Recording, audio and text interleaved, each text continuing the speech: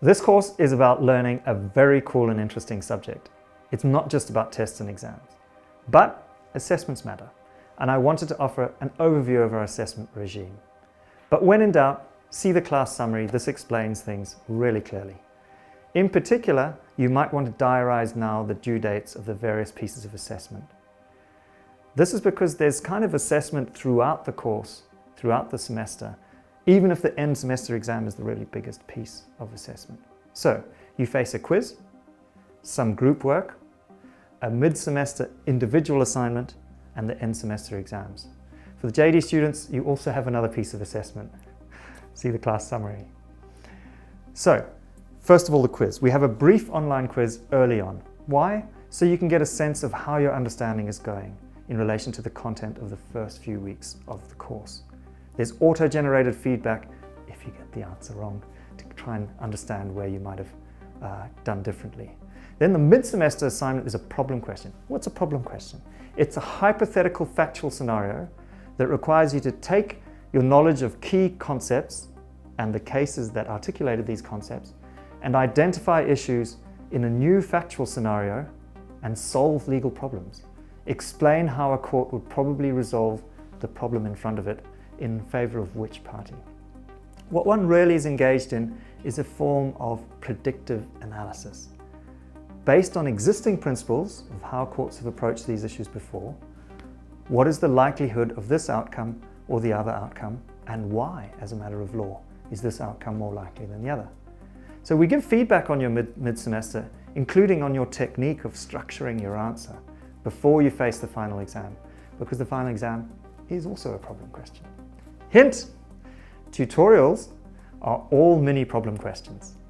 Prepare and participate, and you'll find the end of semester assessment much more smooth and easy.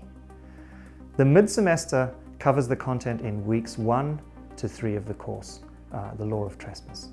That content is then not examined again in the course.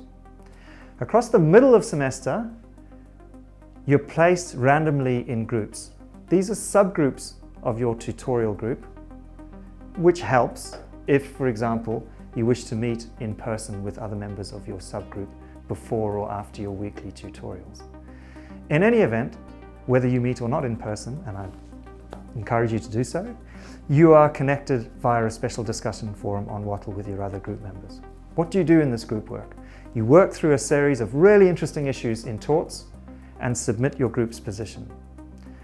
The issues to work through will be notified to you on Wattle. Now, some students are apprehensive about group work. It's a truth. It's only a small proportion of your overall result, but group work really matters. Why? Well, research shows that the construction of knowledge in an interactive group work context really enhances your own individual knowledge and individual learning.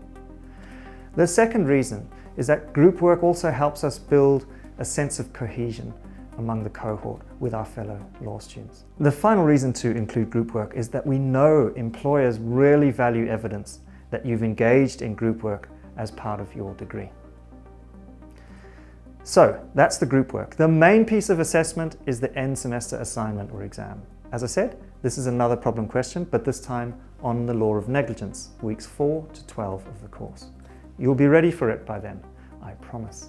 Finally, some general brief thoughts about assessment. First, your previous approaches to study and learning may have served you very well to get here. Here you are at ANU Law School. But please keep an open mind about being prepared to adapt how you study, how you learn, how you approach this going forward.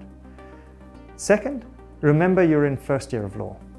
Your performance in this course is not necessarily the be-all and end-all of your studies, let alone your overall identity. And some brilliant students of mine in the past have taken a while to find their rhythm with law assessments. My tip, tutorials. Prepare, participate, and use the PAL mentors. As I said in the intro video, I'm here to test you and not to trick you.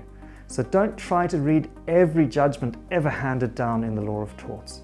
Trust me that the material you need to know in this course is in the reading guide, and be confident enough to just leave the rest aside. Focus on what we cover in lectures, focus on what the reading guide directs you to do, and focus on tutorials. That's all.